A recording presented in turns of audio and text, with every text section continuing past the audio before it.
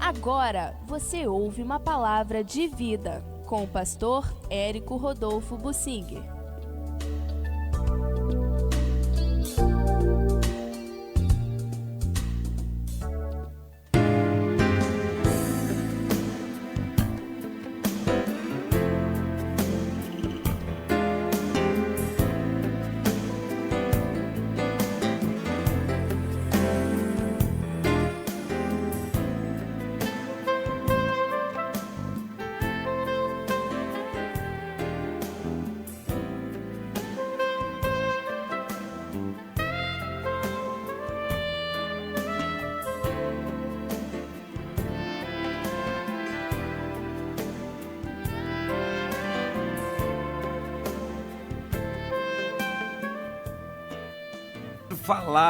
Lembrando para a maioria do cálice amargo, muito amargo, que Jesus tinha que tomar.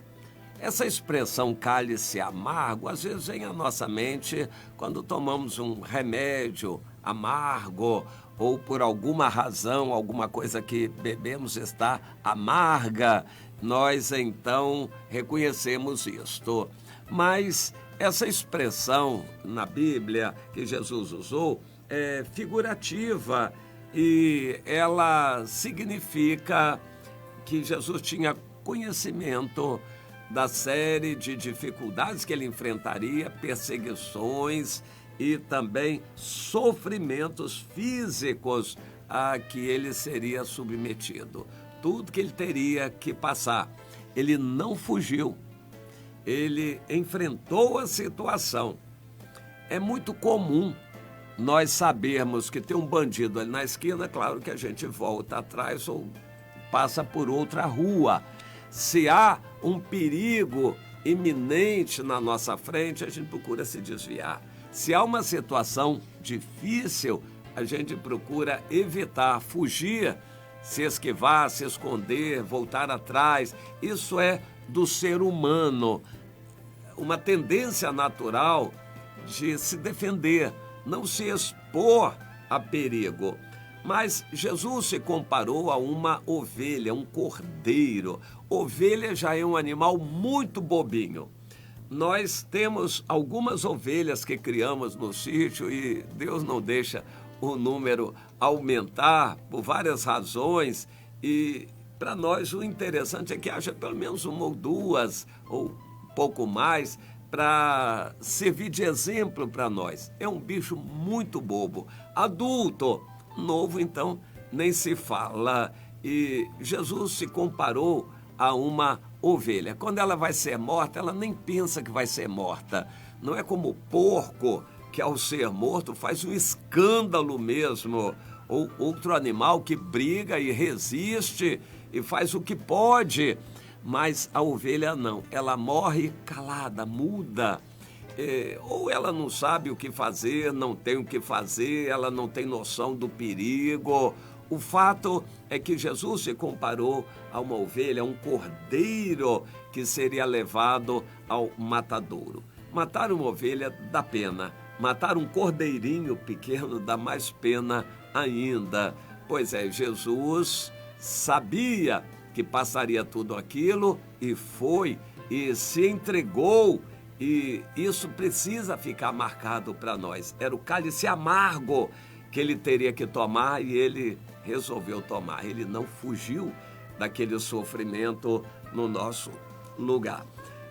Desde quando ele escolheu Judas entre os discípulos, ele já sabia quem era o Judas. A Bíblia diz que ele sabia desde o princípio quem era aquele Judas. Já era ladrão desde o princípio, era um zelote, digamos assim, um terrorista, um homem dado à violência, que talvez tenha se engajado no grupo de Jesus na ilusão de que em algum momento eles conseguiriam arrebanhar uma quantidade grande de judeus para se revoltar contra os dominadores romanos. Nós não sabemos se ele era muito sincero nesse propósito. O fato é que Jesus escolheu alguns entre os fariseus, alguns que talvez não fossem tão rigorosos, provavelmente nenhum saduceu, porque os saduceus em geral eram mais ricos. Mas Jesus escolheu Judas, que era um zelote, e sabia desde o princípio que o coração dele não era sincero. Mas o pai o levou a escolher o Judas e ele teve que aguentar o Judas. Isso já para nós é indicativo muito importante de como devemos nos portar diante de irmãos que não são sinceros, irmãos que nos trazem problemas, irmãos que conosco não ajuntam, e nós temos certeza de que em algum momento eles vão se voltar contra nós, vão espalhar. Irmãos que não produzem fruto, não são trigo, e em algum momento eles vão se revelar como joio. A planta é até parecida, mas eles não produzem fruto. E joio, quem é joio, em algum momento nos atrapalha. Quem conosco não ajunta, em algum momento vai espalhar. Mas e se nós soubermos que algo é joio ou que alguém é joio? Então vamos tirar? Jesus disse não. Da mesma maneira que Jesus não quis tirar o Judas, esperou o Judas sair por conta própria para assumir o seu lugar, e ele, vendo a oportunidade de ganhar dinheiro, entregando Jesus aos líderes judeus, ele saiu porque não aguentou ficar mais com Jesus. Assim deve ser conosco.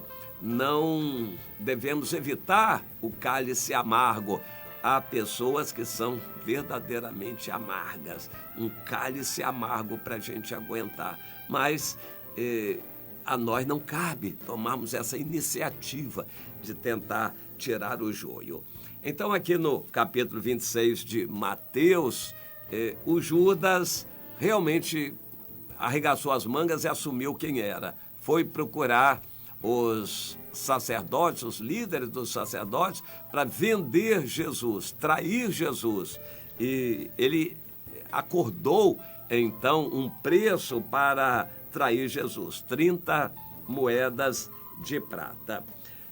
Depois disso, ele participou da ceia com Jesus. Ele queria mapear direitinho, ele já estava com o coração falso e já premeditado a entregar Jesus. E já estava acordado com os sacerdotes sobre isso. Ele queria mapear direitinho os planos de Jesus. Então, tomou a ceia com Jesus, e o interessante é que Jesus tomou a ceia com ele. Jesus deu a ceia para o Judas. Às vezes a gente fica questionando, mas a gente deve dar ceia para uma pessoa assim ou não?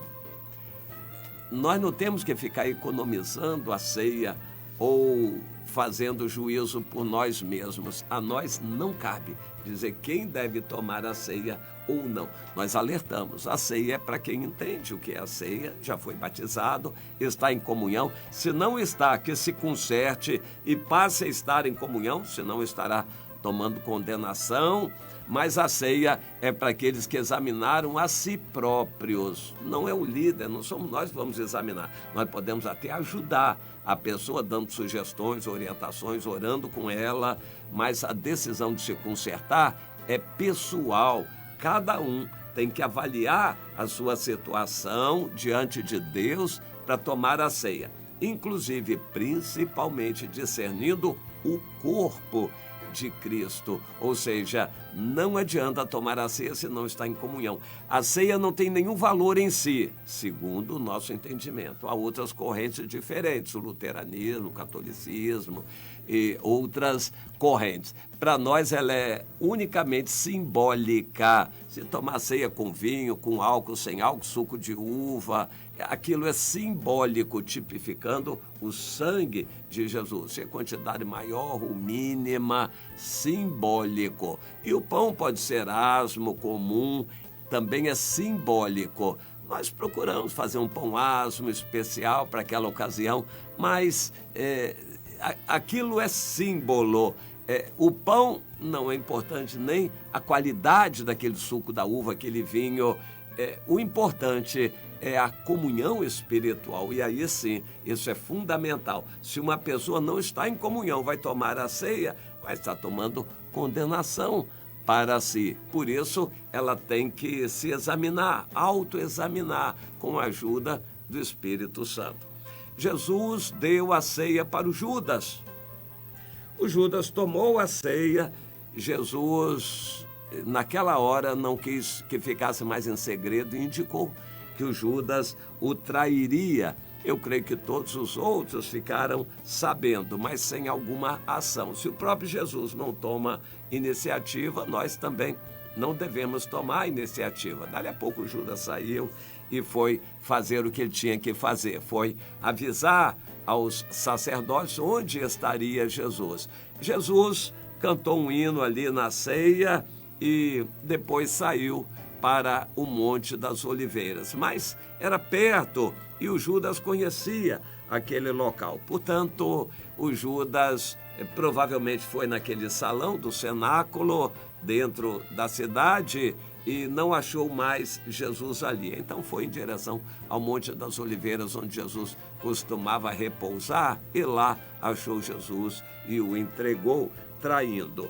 Mas nessa mesma noite aconteceu de Jesus revelar para o Pedro uma outra parte desse cálice amargo.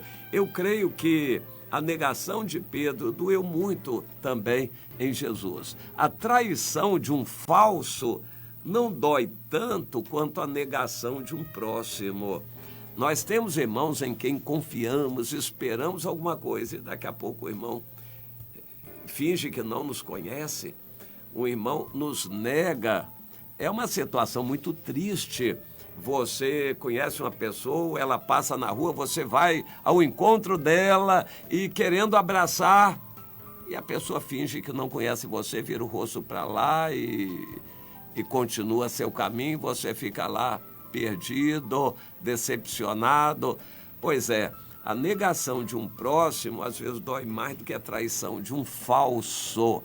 Deus nos dá falsos irmãos e dá irmãos fracos também. O fraco é para a gente amar, procurar compreender e tolerar. O traidor, aquele que é falso, é muito difícil a gente lidar com ele, só com a graça do Senhor para tolerar. Mas eu sempre lembro o seguinte, nós não devemos tentar arrancar o joio, mas adubar o joio também é loucura. Que Deus nos ajude a tomar esse cálice amargo. Jesus, quando se entregou para os soldados, disse: meu Pai, se possível, passe de mim esse cálice, todavia não seja como eu quero, mas sim como tu queres. E aí vieram os soldados e o prenderam.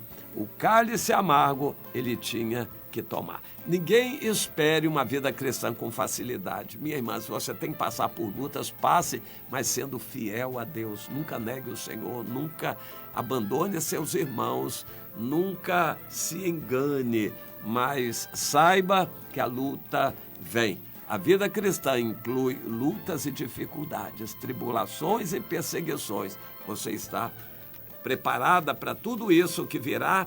Você está preparada para tomar o cálice amargo, ainda que um parente negue você, ainda que o irmão querido se revele como um falso e traia você? Você está pronta para tomar esse cálice amargo? Você está pronto, meu irmão?